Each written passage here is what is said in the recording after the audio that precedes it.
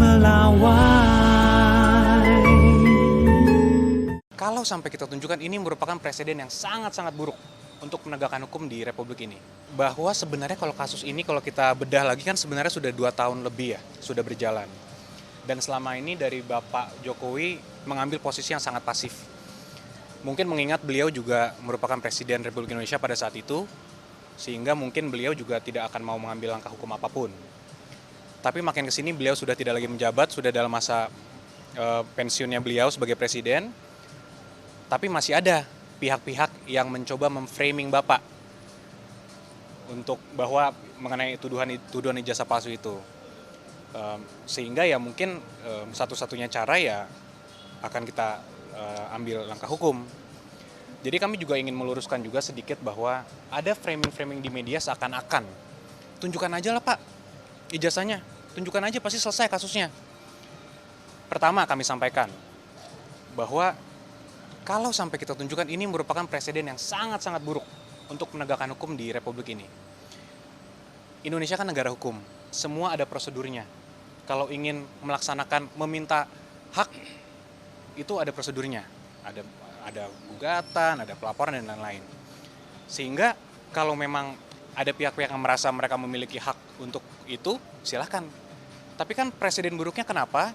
Bayangkan aja Mbak, kalau nanti misalnya semua masyarakat luas, termasuk pejabat-pejabat negara, kepala daerah, menteri-menteri, itu semua bisa asal dimintakan aja oleh pihak-pihak yang tidak berkepentingan, mana ijazahnya? Ijazahnya palsu ya? Tolong perlihatkan ke saya. Apakah itu menjadi contoh hukum yang baik? Kan sangat tidak. Gitu. Jadi ini pembelajaran hukum yang baik juga, jangan sampai ini bisa terjadi ke masyarakat lain. Bahwa semua orang bisa seenaknya dimintakan ijazah dan harus memperlihatkan seakan-akan itu merupakan beban pembuktiannya ada di tertuduhnya itu sendiri. Kan itu sangat tidak baik, itu pertama. Kedua, karena kasus ini juga sudah berjalan cukup lama, kami sudah 2 kali melakukan konferensi pers khusus untuk menerangkan ini. Dan kami sudah melihat sendiri ijazah Bapak Jokowi dengan mata kepala kami sendiri. Sudah juga dikonfirmasi oleh pihak UGM sebagai pihak yang menerbitkan, artinya pihak yang berwenang. Namun masih juga ada pihak-pihak yang mempertanyakan ini. Jadi kalau menurut pendapat kami, ini sudah bukan lagi mengenai ijazah Bapak.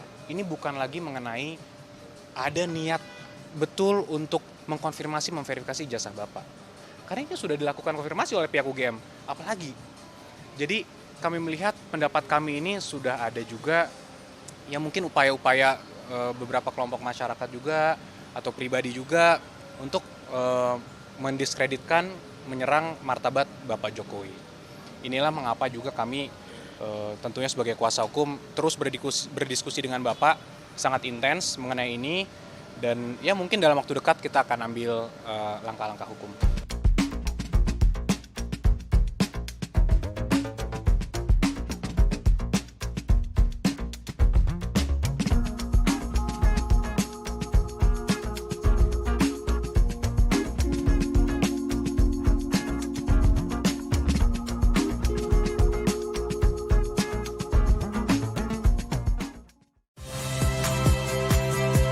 Saya Rizka Clarissa.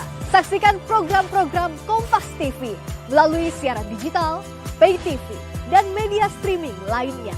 Kompas TV, independen,